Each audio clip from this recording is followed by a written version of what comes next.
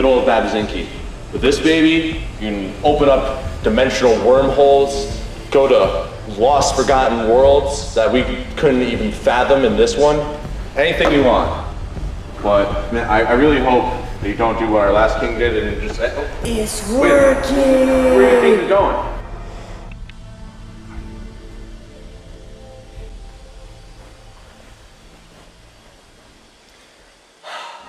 Oh hey, faceless body pillow. Was I talking in my sleep again?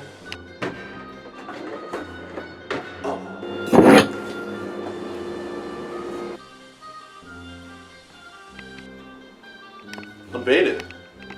You're looking real indigo. What's going on, man? Another holiday of despair. Well, it looks like we have to get you into the Halloween spirit. See, look, you gotta watch this shit. Friday the 13th, classic. Black Ops, classic. 28 Days Later, infinite classic. I'm offended, but I'll let it slide. Saw? I saw. Crystal in Darkness? Check it out. Get yourself spooky. Zach, you don't understand. I'm depressed. Man, you know it's bad. You know it's bad. Unbated! I know what you can do. Huh? Zombie MMO. Yeah, that's a good idea.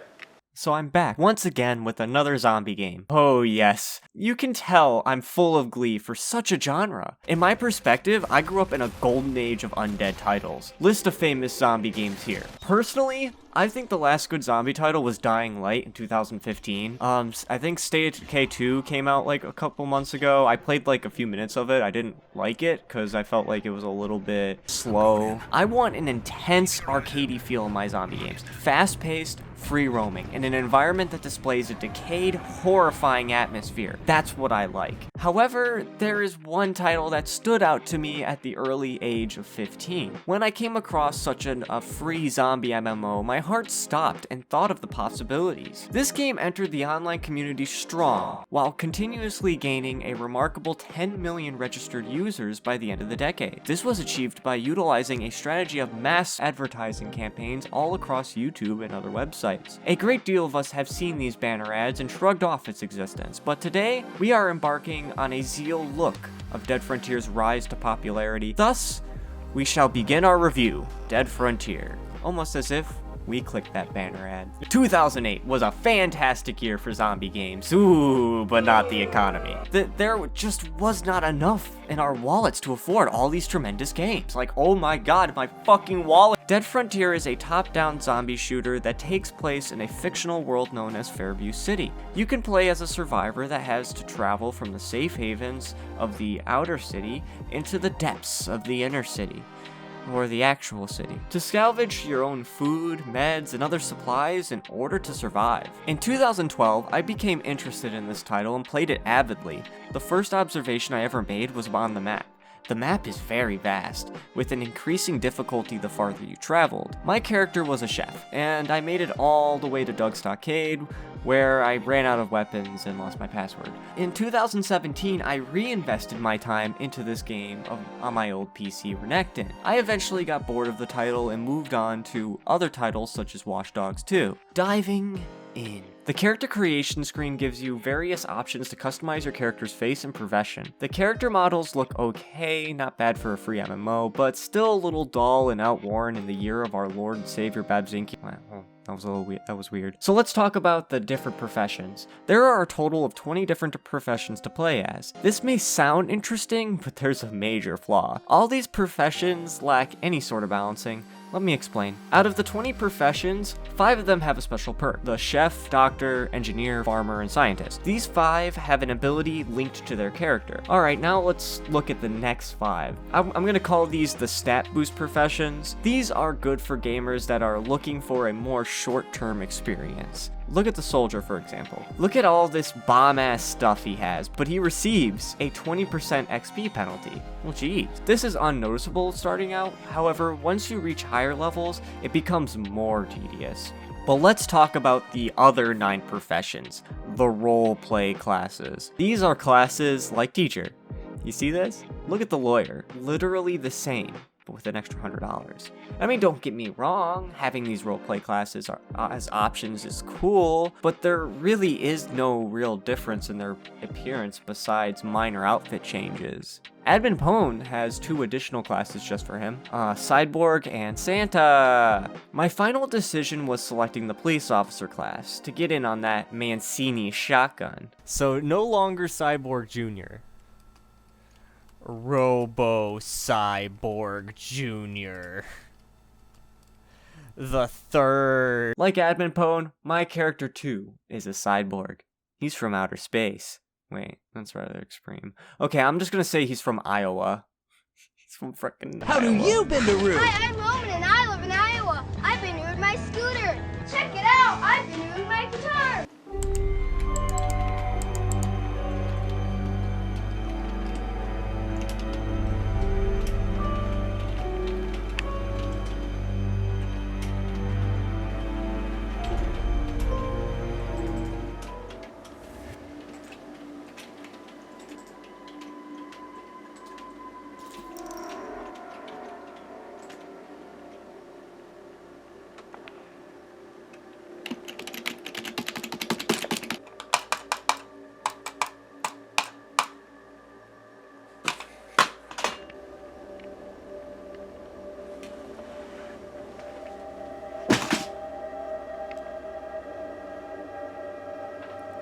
Something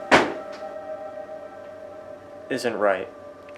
Upon creating your character, you are presented with a promotional trailer to hype you up for your upcoming adventure. Promotion vid came out in 2012 and it hasn't aged all that well. The animation seemed different when I was younger, but now it's kind of eh. This kind of reminds me of the scenes in Dead Rising. I can't really complain in that regard since this trailer is more of a bonus than anything else. All in all though, it lacks the substance to explain the Dead Frontier universe. The only comparability I found was the emptiness. After watching the animation, you spawn in Nastia's hideout. According to Nastia, you spawn in an area that only has enough food for the defenseless, and you're gonna have to make some cash fast, you know? In addition, you get a mission every 24 hours that takes you on a very basic quest. All the quests are very identical in structure. You go here, fight this, get XP. Zombie Career 2008. Every character spawns with 2 base weapons. The Beta Tomcat, which is a handgun, and a penknife, which is a melee weapon. This game has a lot of weapons, hundreds even. Melee weapons, chainsaws, pistols, rifles, shotguns, machine guns, explosives. Well, these all look really well drawn and gorgeous in design. These images will never match the look in the game. Blunt objects will always look like a baseball bat. Any handgun will look like the base handgun. A very similar story with gunfire sounds. Bulletfire.mp3 if you're telling me. Weapons are considered rare to find ludicrously enough. I did score this cricket bat within 15 minutes of playing. Cricket bat? Fuck yeah! Here are the cricket bat stats. Very slow attack speed and average accuracy, but also has a very high critical chance. The scrap value of 100 with a market price of this. The cricket bat requires a melee skill of 10. Therefore, we need to level up my character stats in order to accomplish this. I decided that my first act of business is to travel south to complete this quest, and honestly, the game feels empty. Like, more empty than I remember. This barren, fruitless wasteland brought a dissatisfying tear to my eye. I'm used to playing Dead Frontier with dozens of players in the beginning, but presently I only see a few wayward souls walking this lonely path with no end. Oh well, I thought. Maybe if we explore southward, we can run into more people. Maybe everyone is caught up in that quest. So I started to continue traveling while killing some Zeds to cure the traveler's blues. But while I wait, this would be a perfect time to talk about today's sponsor. Water. Everyone needs it. And just you wait. If you use promotion code EATSHIT, you'll get a 5-cent refund for depositing your used water at your local recycling facility. Water. Drink some today. Alright, so let's talk about Neil Yates. Alright, so born on November 1st, 1986, Neil Yates created Dead Frontier's open beta all by himself on April 21st, 2008. He is the founder of Jagblade Studios, which has recently changed its names to Creepy Corp Studios. Clearly because it's a zombie game, you know? What? I'm Neil Yates, I'm the creator of Dead Frontier, and I'm accepting the ALS challenge. Hey look, that's him, the man behind the action. And you know, it's refreshing to hear that Neil Yates is actually a very kind-hearted, diligent individual, and most specifically indicated by his constant stream of communication on the Dead Frontier forums. When I was doing a lot of research for this video, you know, I was really looking into all the Dead Frontier lore, and I noticed that Neil Yates is quite a very humble individual. In addition, the game has diaries that can be found while looting. These juicy nuggets of intel tell different stories that are full of interesting content. There are pages and pages of lore on the game's Wikipedia page that's really worth checking out. Yeah, angle myself a little bit more.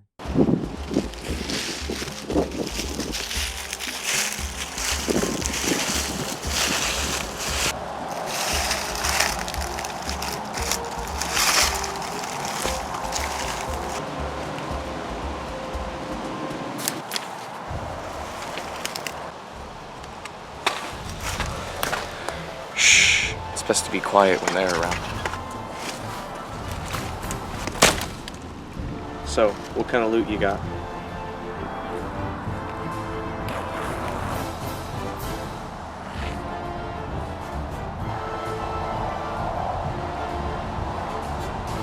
I'm no Superman.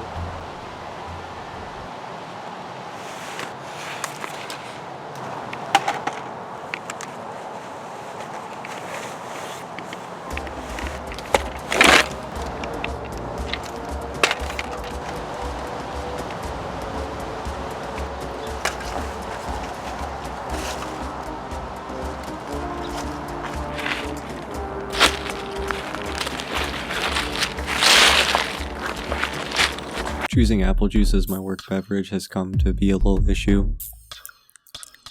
But moving on. There are 5 outposts scattered across this arid wasteland. Wait, I think I already used that word. Okay, desert of nothingness? Nastia's hideout is by far the easiest location with the lamest amount of loot. Like seriously, the amount of times I've looted plasters is ridiculous. By the time you reach level 15, the loot you gain becomes worthless, forcing you to move on to a different outpost. Check it. As you level up, the efficiency of the healing power of certain items decrease. When starting out, plasters heal about 20% of your health, but by level 15, it doesn't heal any of your health at all. So, in regards to this, the best option for you is to move to a second stronghold in Doug's Stockade. The map is regionalized by threat level, that is keyed by a color variant. Doug is in threat level yellow, meaning there are some special infected here, and it's richer in zombie density. One thing I want to mention is getting to Doug's Arcade is quite a journey. Imagine Oregon Trail, but with even less gameplay along the way. The map looks big and has a lot of content, but all in all,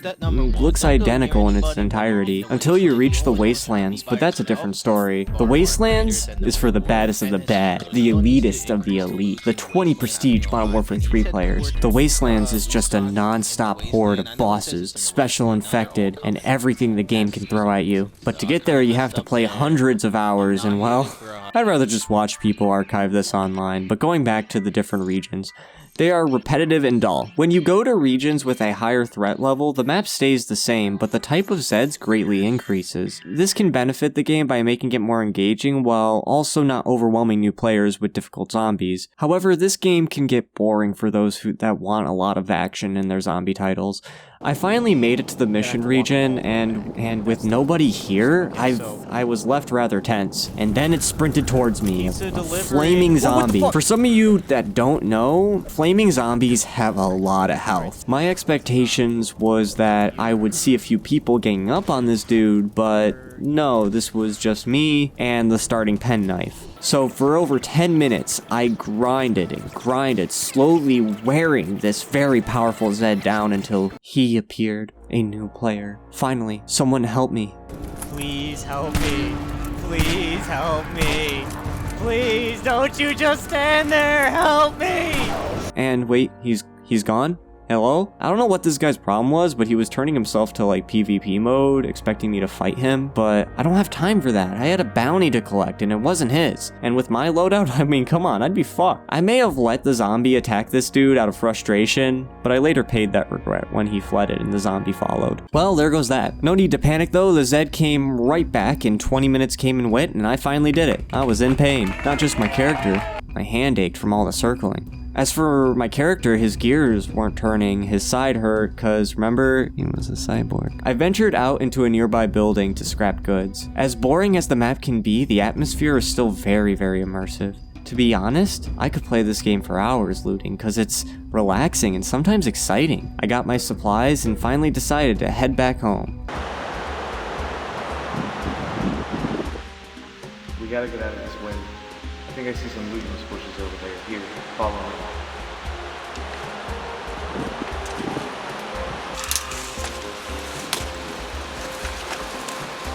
Junk, garbage, full house. So who Garbage. are you? Well, the name's Chompy. Nice to meet you. Uncle Unbated. Nice to meet you. Here, come on, get in here. Okay. I'm looking for my roommate, Zach. Well, I wouldn't know about anyone named Zach, but I do think my clan leader might be able to help you out with that. Sick. Nice. It's cold out here. So finally, after spending almost like 30 minutes walking, we finally made it home, and now we're level 7. With leveling up comes the stat points. On the wiki page, there are very different complex equations that depict the usefulness of each stat, but I'll just explain the basics. First, you have strength, which is required for a good majority of weapons and armor. It sucks to find a great item, but still a ways away from having enough strength to carry it, and this happens quite a lot. There's endurance, which upgrades your health, agility, which is how fast you run, accuracy, critical chance, and reload are all self-explanatory. You can upgrade your weapon proficiencies as well, which basically qualifies your character to use certain items. I boosted my shotgun skill. After boosting your character stats, you can explore the outpost for many of its engaging activities. You want to know what those are? Well, I'm about to tell you. You have the market where you can buy and sell goods. This will probably be where you spend most of your time. You can use the shop to help repair your armor or administrate medicine. There's also a gambling hall that provides a very unfair press your luck card game. Hey look, there's the arena, which I avoid at all costs. The scrapyard is where you can,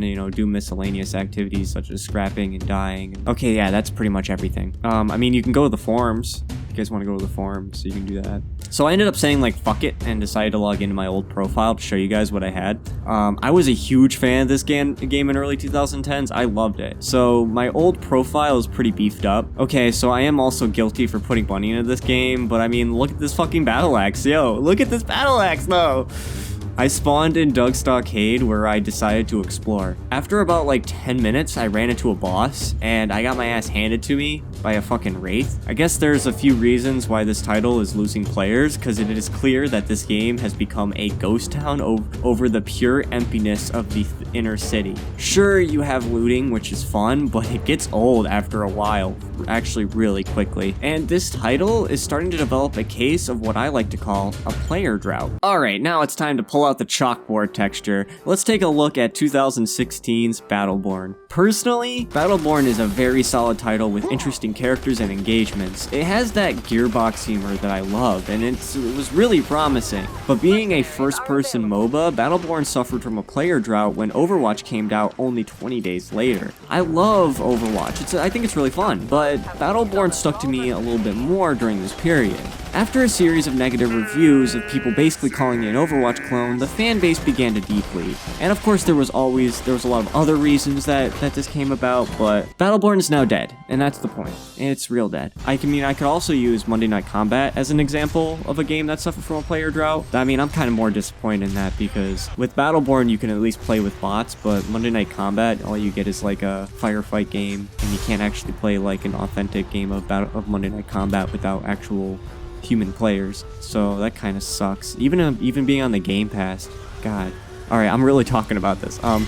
Monday Night Combat's player drought I feel like was a little bit more natural as more and more modern titles came out to take its place. Dead Frontier kind of follows that same path. Why play this when you could play this?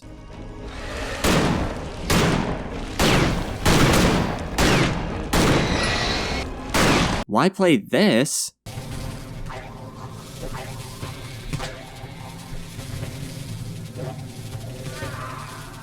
when you could play this?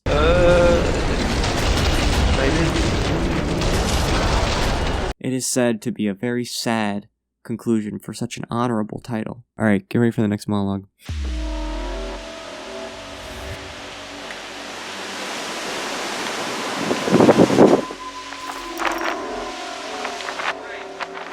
He should be right over here. Follow me. There he is.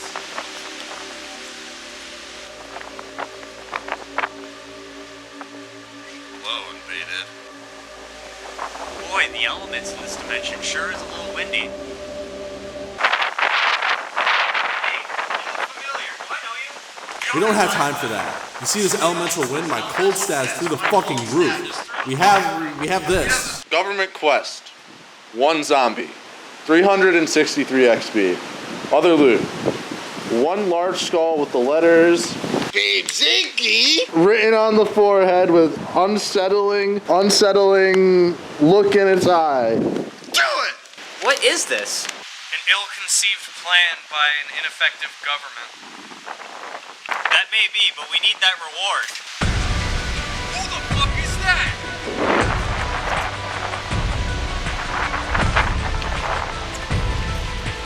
Ha! Goes. You gonna fight back, you bitch?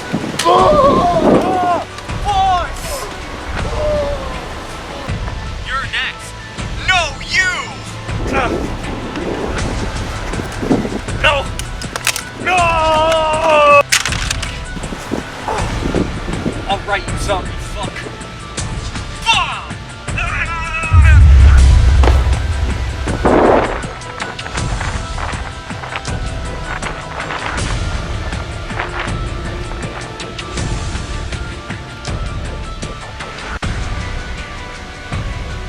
I can go home.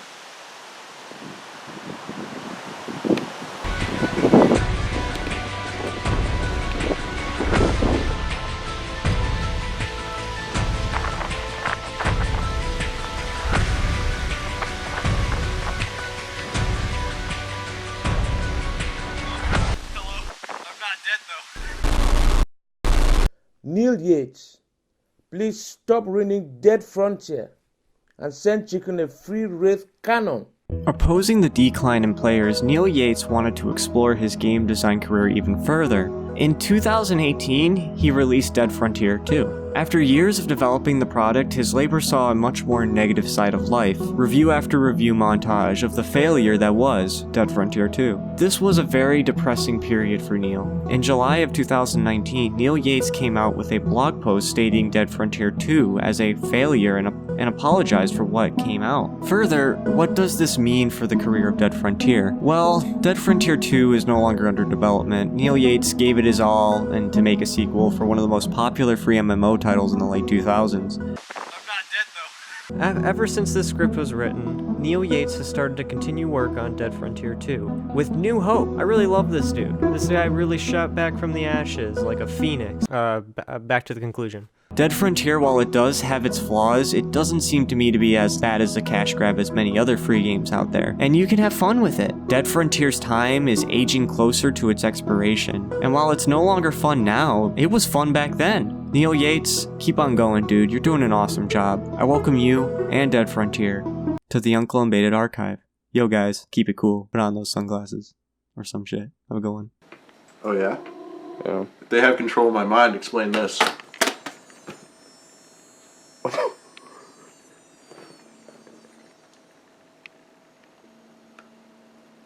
Fuck Dead Frontier, I'm gonna play that.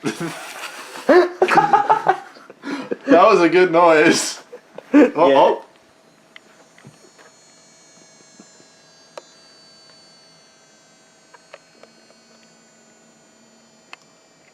That's the sound of all the kids that were bad on Christmas that Cain took to hell. Those are the sounds of all the kids who took drugs and went to hell before they died. Like Lou Albano said. I can hear the cosmic background radiation. It's still making the noise. Austin. Play it. Play the game. See if you can play this game. I don't think there's batteries in. How's it making that noise? Probably personal will.